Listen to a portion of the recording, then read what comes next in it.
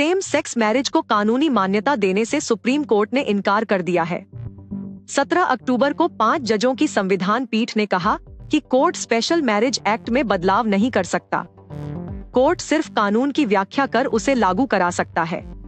Chief justice DY Chandrachud ने कहा कि स्पेशल मैरिज एक्ट के प्रावधानों में बदलाव की जरूरत है या नहीं, ये तय करना संसद का काम है। Chief justice DY Chandrachud, justice Hima Kohli, justice Sanjay Kishan Kaul, justice Ravindra Bhatt और जस्टिस PS नरसिम्हा की संविधान पीठ ने इस मामले की सुनवाई की थी। जस्टिस हिमा कोहली को छोड़कर chief justice Chandrachud, justice Kaul, justice Bhat और जस्टिस नरसिम्हा ने बारी बारी से फैसला सुनाया। CJI ने फैसला सुनाते हुए कहा कि इस मामले में कुछ 4 फैसले हैं, कुछ सहमति के हैं और कुछ असहमति के।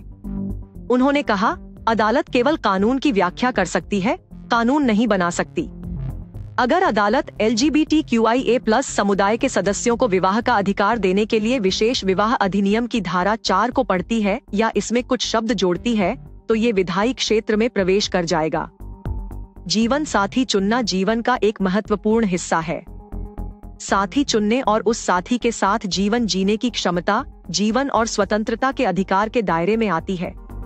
जीवन के अधिकार के अंतर्गत LGBT समुदाय समेत सभी व्यक्तियों को जीवन साथी चुनने का अधिकार है।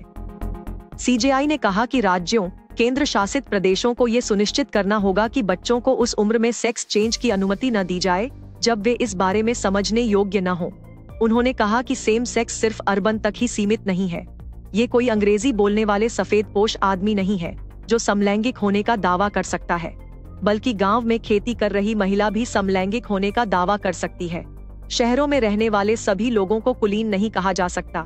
समलैंगिकता मानसिक बीमारी नहीं है। उन्होंने कहा कि ये चर्चा दर्शाती है कि विवाह का रूप स्थिर नहीं है, विवाह का रूप बदल गया है। सती प्रथा से लेकर बाल विवाह और अंतरजातीय विवाह तक विवाह का रूप बदला है। CJI ने कहा, हम समलैंगिक व्यक्तियों के अधिकारों पर विचार करने के लिए मुख्य सचिव और अन्य अधिकारियों समेत एक समिति गठित करने के केंद्र के सुझाव को स्वीकार करते हैं। समिति इस बात पर विचार करेगी कि क्या समलैंगिक पार्टनर को राशन कार्ड, चिकित्सा निर्णय, जेल यात्रा, शव प्राप्त करने के अधिकार के तहत परिवार माना जा सकता है।